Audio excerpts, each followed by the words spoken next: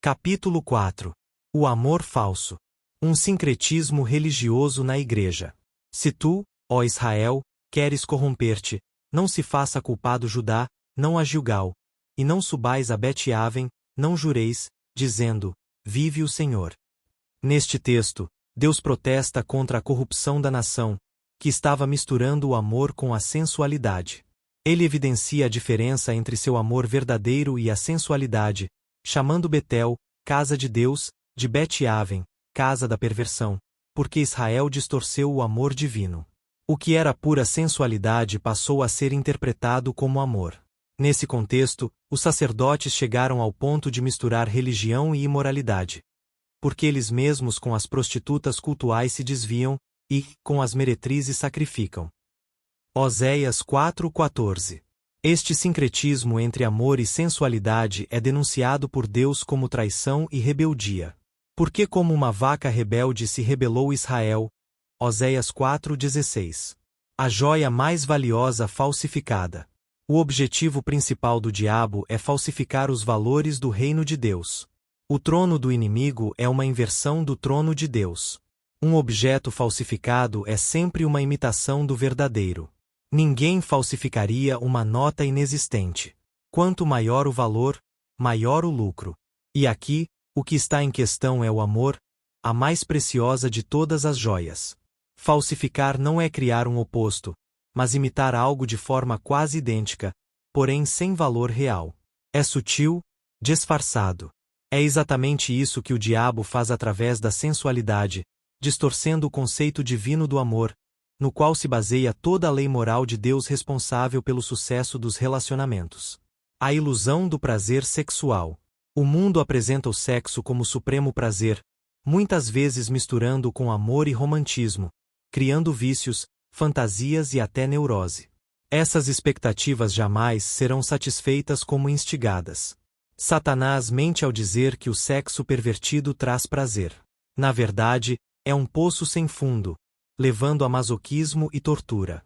Por isso, a maioria das pessoas está sexualmente frustrada, mesmo que não admitam. Existem casos ocultos de maníacos sexuais, aparentemente normais, inclusive dentro da igreja, que vivem obcecados pelo sexo, atormentados por culpa, ciúmes e ódio próprio, sem paz e condenados ao insucesso interior. É preciso compreender o verdadeiro conceito de amor. Amor não é sexo. Relacionamentos não podem se resumir a momentos ocasionais de sexo. Por outro lado, é necessário entender o valor do sexo com equilíbrio, praticando-o com entendimento. Igualmente vós, maridos, coabitai com vossas esposas com entendimento, dando honra à mulher, como vaso mais fraco, não inferior, mas delicado, como sendo vós os seus coerdeiros da graça da vida, para que não sejam impedidas as vossas orações. 1 Pedro 3:7. O casamento distorcido entre amor e sensualidade.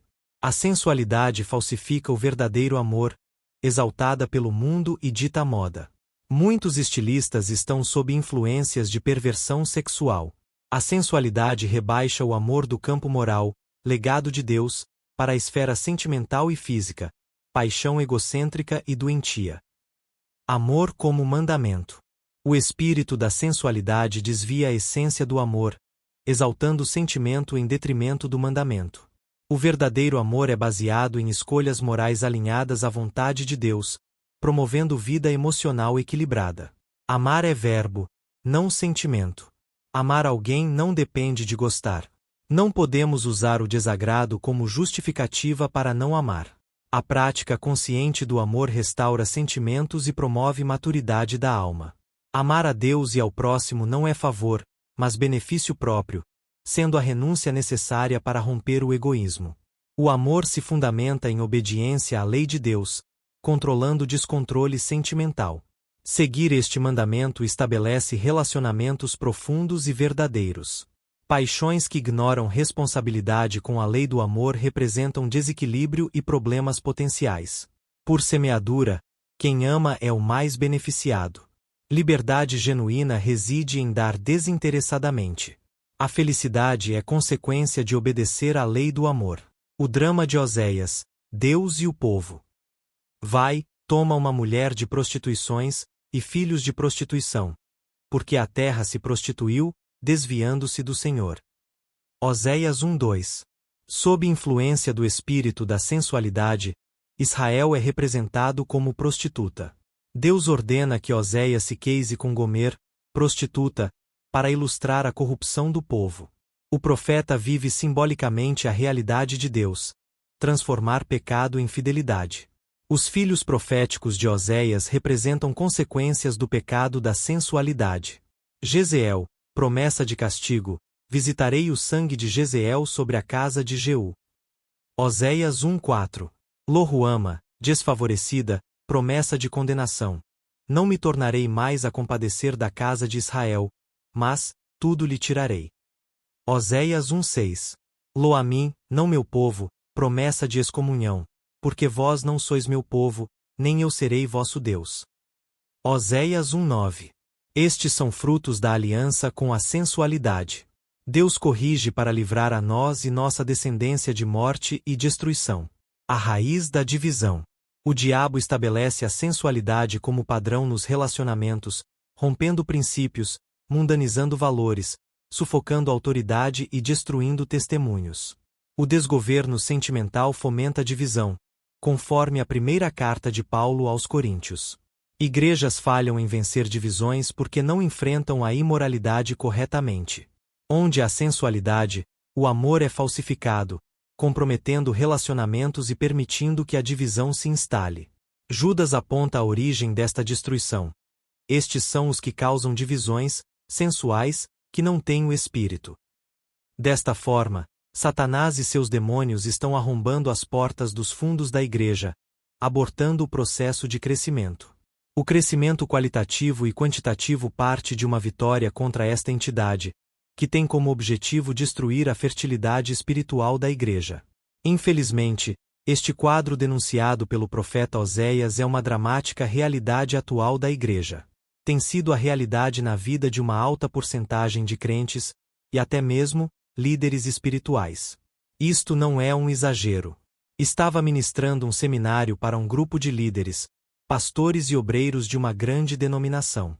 No decorrer das preleções, comecei a ser solicitado para aconselhamento.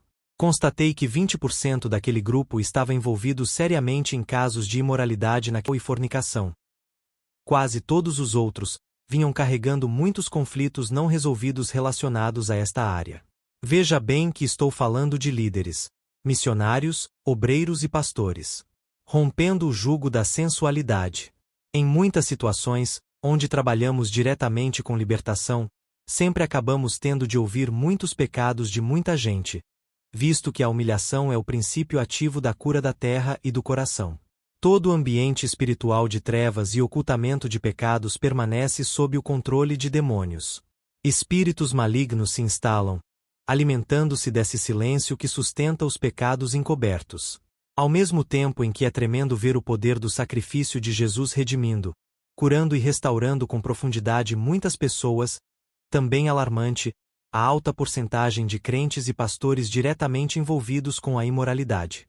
Libertação é o ato de percorrer a distância entre um sintoma claro de maldição e a sua verdadeira causa, inspirado pelo discernimento que vem de Deus, resolvendo iniquidades e pecados ainda não resolvidos, enfrentando vergonhas, expondo culpas, reconciliando os relacionamentos e alianças quebrados, confessando sacerdotalmente as iniquidades geracionais e reagindo a situações crônicas de carnalidade e passividade.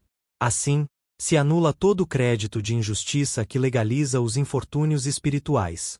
Desta forma, as raízes são cortadas pelo machado da palavra profética, e o sacrifício de Jesus é glorificado. Este mapeamento, que nos capacita a fazer orações inteligentes e confissões específicas, é um caminho fundamental para se conseguir uma libertação consistente em pessoas envolvidas com imoralidade e ocultismo. Meu querido leitor, se este é o seu caso, com todo o respeito, não deixe de buscar ajuda. O Espírito Santo não vem para lhe condenar, mas para levá-lo ao arrependimento. Exponha-se para alguém de confiança, que tenha estrutura para ouvir, orar com você e o acompanhar. Como já mencionamos, espíritos de imoralidade, principalmente, se nutrem do seu silêncio. Quanto mais você encobre, mais as cadeias se fortalecem e mais perigosa vai se tornando a situação, que tende a sair do controle. Encobrir pecados é a forma mais efetiva de cultivar um escândalo. Mais cedo ou mais tarde, uma bomba relógio vai ser detonada, expondo de uma forma esmagadora. Jesus esclareceu esta lei, dizendo que tudo que é feito em oculto será apregoado dos telhados. Em contrapartida, o ponto da cura é exatamente aquele onde Deus mais quer chegar, e onde nós menos queremos que ele chegue. É onde mais dói. Toda a resistência da batalha está concentrada neste ponto. Ameaças sobre o que os outros vão dizer sobressaltam a mente. É aqui que os demônios querem amordaçar a nossa boca. Porém, toda essa dor, culpa, ódio e vergonha, só são expelidos pela confissão. Confessai as vossas culpas uns aos outros e orai uns pelos outros, para que sareis. Tiago 5,16. O grau de dificuldade que você sente para se expor revela a intensidade da fortaleza espiritual que o prende. São dimensões proporcionais. Independente disto, você pode abrir a porta dessa fortaleza. É necessário afastar este cálice imposto pelas forças do ocultismo, renunciar ao silêncio requerido pela carne. A chave mestra para abrir as portas de qualquer fortaleza é o quebrantamento. Quando você vence a vergonha do orgulho e expõe a sua culpa e a sua dor, o Espírito Santo vai fazer o milagre de purificar sua consciência de toda obra morta. Este é o princípio de ação do verdadeiro avivamento, onde o carro-chefe é a humilhação. Se o meu povo, que se chama pelo meu nome, se humilhar. Segundo Coríntios 7,14. O divórcio libertador entre o verdadeiro amor e a sensualidade está baseado num ato aberto de humilhação e confissão.